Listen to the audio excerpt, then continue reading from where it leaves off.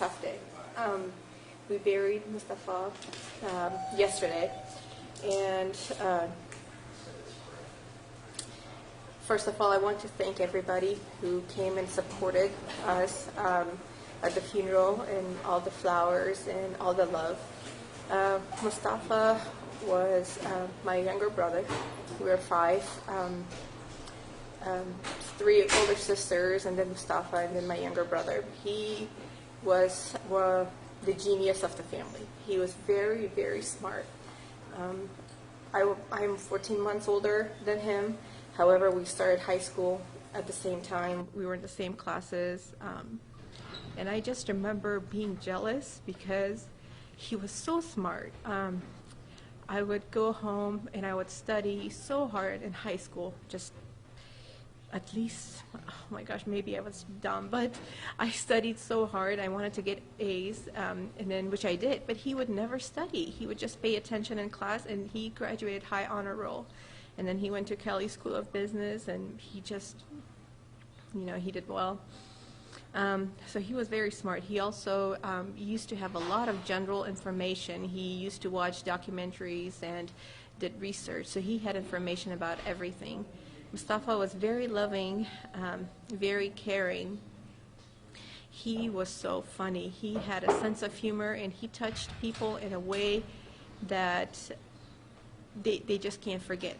Yesterday at the funeral, we had people who knew him for 14 years, for life, and also people who knew him for a day, and they were crying for him because he had touched him in a very special way. Mustafa was very, very funny. Each time we talk about his memories, we see people just laughing. And that is the type of a person that is missing from our lives right now. We were, as five siblings, we were like a flock. We were always together. We would just sit on one bed and just talk, and we were each other's rock, and I think that has shaken right now. At this point, obviously we cannot bring Mustafa back. He's gone. However, I know a lot of people care, and I ask whoever cares for him to just hold in their cities and states vigils in memory of Mustafa and anybody else who suffered from this type of crime, and just to pray for him and also spread awareness about what happened and include everybody to just keep him alive in their memories.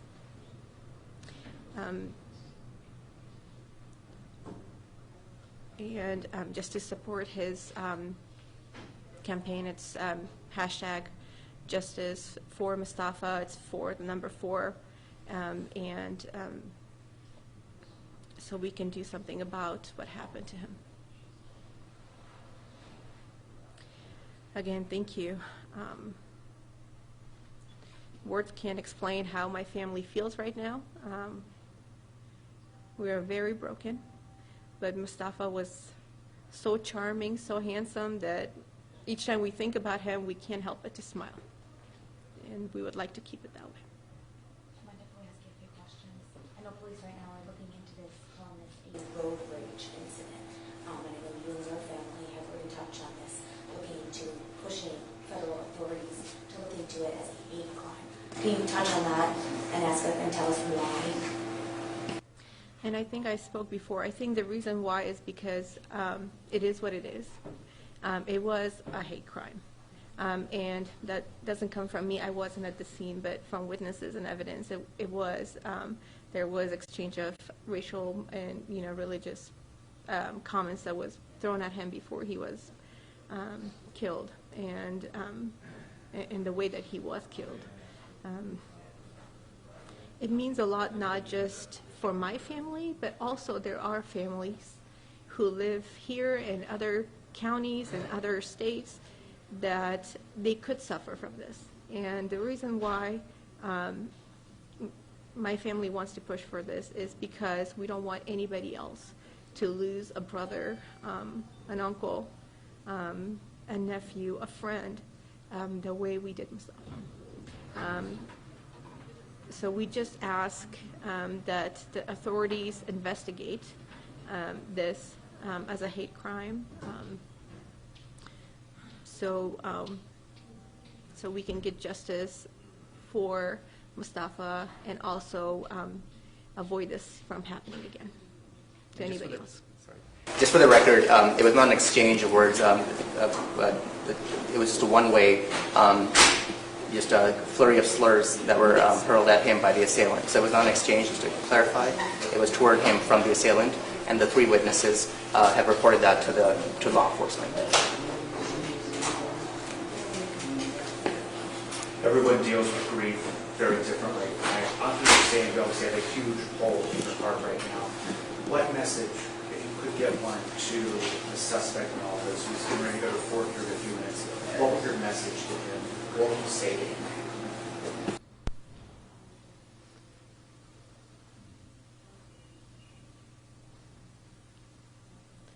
I don't know anything about him. I don't know his history. I don't know what he thought, why. I think my question is why. And I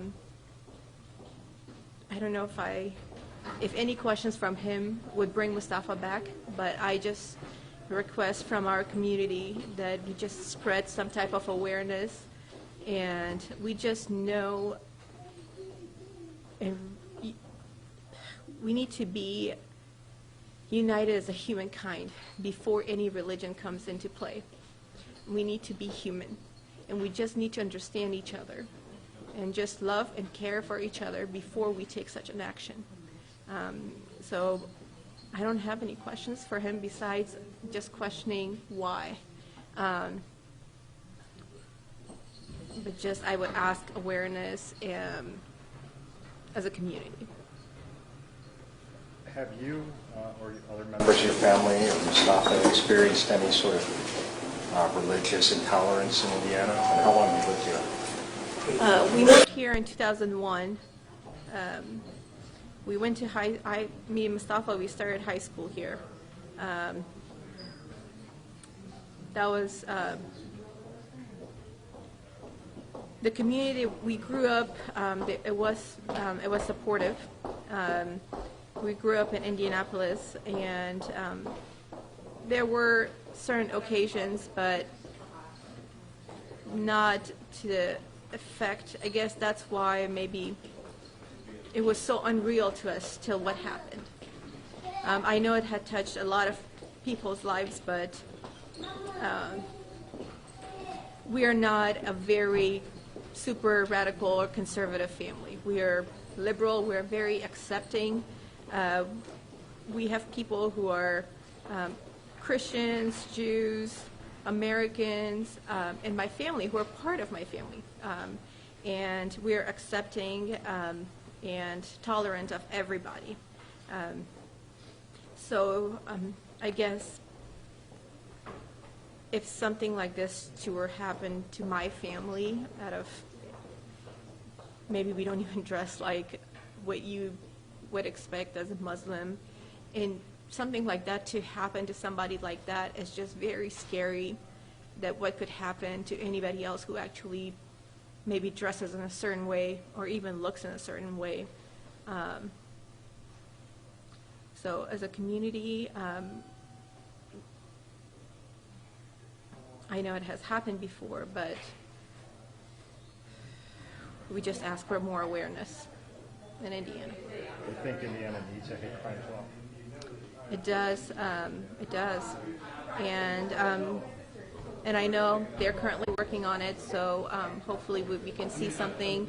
We can see that our lawmakers in our community is supportive of all the people who live in this community and not just the majority or a certain type of race.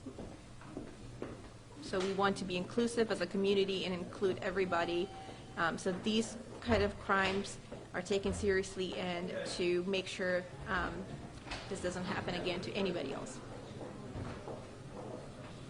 direct affidavit refers to the three witnesses as that they said that Mustafa had used a religious slur against the suspect, referencing Judaism and using the word racist as well. Is that a change? We can't comment on the specifics. The prosecutors and the public defenders will discuss the specifics of the case, but today we won't comment on the specifics of the proceedings. You did say earlier that you maintained that the slurs were one way. Yes, so that's what the witnesses have said, and that's what the media has also reported, and that's the documentation we've seen.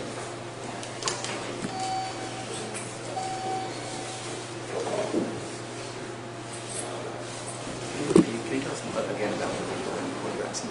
Yes, and again, in the memory of Mustafa, and we ask the people who care to hold vigils in their cities, and just to support Mustafa and his campaign, the hashtag Justice for Mustafa, it's number 4, and to just support this cause. Before you go, will you spell your name and tell us how old you are? Sure. It's Z-A-H-R-A and Ayoubi, A-Y-O-U-B-I, 33. Can you also tell us which college and law school you went to? Just to Sure. I went to Indiana University, Bloomington for my undergrad and graduate, and then I went to Ayoubi McKinney School of Law for my JD and LLM. What high school did you go to? We attended Pike North Central High School and then graduated from Pike High School. Great, thank you, everyone. We'll walk this way here.